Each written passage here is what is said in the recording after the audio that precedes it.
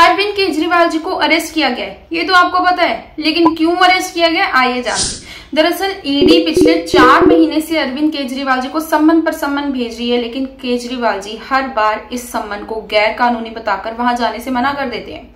अब हुआ यूं कि 16 मार्च को उन्हें 9th सम्मन आती है और जैसे ही उन्हें 9th सम्मन आती है, केजरीवाल जी उस सम्मन को लेकर सीधा दिल्ली हाईकोर्ट में पहुंच जाते हैं और कहते हैं कि मुझे प्रोटेक्शन चाहिए, मैं पूछताछ के लिए रेडी हूं, लेकिन मुझे प्रोटेक्शन दे दो कि ईडी मुझे गिरफ्तार ना कर सके। तो हाईकोर्ट कहती है कि आखिर ईडी आपको बुला क्यों रही है, हम ईडी से पूछ लेते हैं। ईडी को बुलाया जाता है तो ईडी कुछ ऐसे डॉक्यूमेंट्स उनके सामने रखती है कि हाईकोर्ट उन्हें प्रोटेक्शन देने से मना कर देता है। यहाँ 21 मार्च को हाईकोर्ट ने उन्हें प्रोटेक्शन देने से मना करा, तो तुरंत बाद 22 मार्च को ईडी उन्हें अरेस्ट कर लेती है। अब पूरी गेम क्या है उसे समझते हैं। तो हर स्टेट की ना अपनी अपनी एक लिक्कर पॉलिसी होती है जो कि ये डिसाइड करती है कि इस स्टेट में टोटल कितने शराब के ठेके खुलेंगे, कौन कौन इन ठेकों को खोल सकता है, वगैरह वगैरह। तो इसी तरह 2021 में केजरीवाल जी की सरकार दिल्ली में न्यू लिक्कर पॉलिसी लेकर आती है। अब इस पॉलिसी को लाने के 3 मोटिव्स बताए गए। पहला, लिक्कर माफिया और ब्लैक मार्केटिंग को खत्म करना। दूसरा, सरकार का रेवेन्यू बढ़ाना। तीसरा, शराब के ठेकों को एरिया वाइज डिस्ट्रीब्यूट करना। इस पॉलिसी को लाने के बाद जो मेजर चेंजेस आए, वो सबसे पहला चेंज तो ये था कि जितने भी शराब के ठेके थे उन सबको प्राइवेट कर दिया गया। दूसरा, इस पॉलिसी के आने से पहले शराब के ठेकेदारों को लाइसेंस लेने के लिए 8 से 10 लाख रुपए देने पड़ते थे, लेकिन अब वही लाइसेंस लेने के लिए उन्हें 11 करोड़ रुपए तक देने पड़ते थे।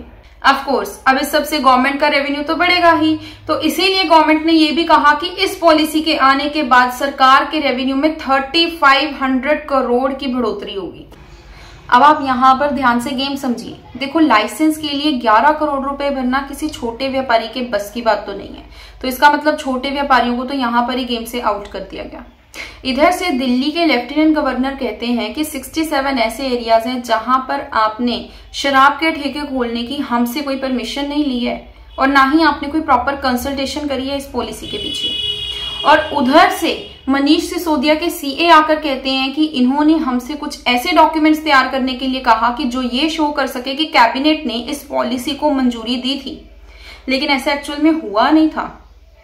मोर ओवर, जितना इस पॉलिसी से प्रॉफिट होने का दावा किया गया था उतना प्रॉफिट भी नहीं हुआ था। तो मतलब कहीं पर तो गड़बड़ है। तो भाई कुल मिलाकर इनके ऊपर ये एलिगेशन लगाई जाती है कि इन्होंने ये पॉलिसी कैबिनेट की कंसल्टेशन से नहीं बनाई, बल्कि इन्होंने साउथ लॉबी की कंसल्टेशन से बनाई। अब साउथ लॉबी क्या है? देखो, जो साउथ के बड़े बड़े शराब के दुकानदार हैं उनके ग्रुप को साउथ लॉबी कहा जा रहा है।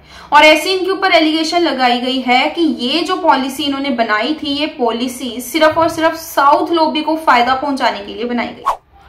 तो जैसे मैंने आपको बताया था कि ये जो पॉलिसी है ये छोटे लोगों के बस की तो बात थी नहीं, तो इसलिए यहाँ पर साउथ लॉबी के लोग आकर बहुत सी दुकानें लेते हैं, एडवर्टीजमेंट करते हैं और जमकर पैसा लगाते हैं। अब इधर से जैसे ही केजरीवाल जी की सरकार को पता लगता है कि आगे लेवल तक पहुंच चुकी है बात की यहाँ पर कुछ गड़बड़ है, तो ऐसा करो कि इस पॉलिसी को ही विड्रॉ कर लो। तो मनीष सिसोदिया ने जुलाई 2022 में इस पॉलिसी को विड्रॉ कर लिया। देखो, नवंबर 2021 में इन्होंने पॉलिसी इंट्रोड्यूस करी और यहाँ पर जुलाई 2022 में ही इन्होंने पॉलिसी को विड्रॉ कर लिया।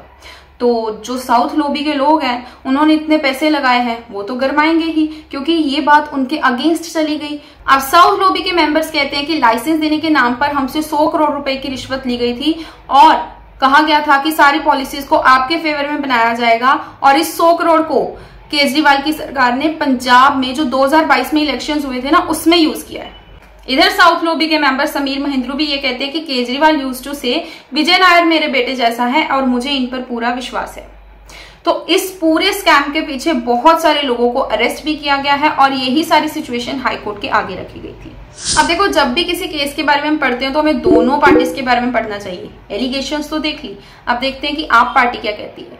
आप पार्टी कहती है कि आप कह रहे हैं कि हमने 100 करोड़ रुपए की रिश्वत ली है, इस चक्कर में आपने हम में से कितने लोगों को अरेस्ट करा है, आप ये बताइए। इतने लोगों को अरेस्ट करने के बाद आपको 1 रुपए का भी हिसाब किताब मिला तो हमें बताइए। अब दूसरा वो ये कहते हैं कि ईडी का काम क्या है, किसी क्राइम को इन्वेस्टिगेट करना इनका काम नहीं है, बल्कि मनी लॉन्ड्रिंग को रोकना इनका काम है। अब देखते हैं कि सुप्रीम कोर्ट इसके ऊपर क्या कहता है। Can a chief minister be arrested? Absolutely yes. क्योंकि हमारा कॉन्स्टिट्यूशन गवर्नर्स और प्रेसिडेंट्स को ही प्रोटेक्शन देता है, सीएम को कोई प्रोटेक्शन नहीं देता है। क्या कोई सीएम जेल के पीछे से अपनी सरकार चला सकता है?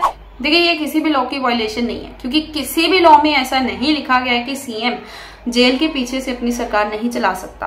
और तब तक किसी सीएम को डिस्क्वालीफाई या रिमूव नहीं किया जाता है अपने ऑफिस से, अपनी सीट से, जब तक कि वो किसी केस में कन्विक्ट ना हो।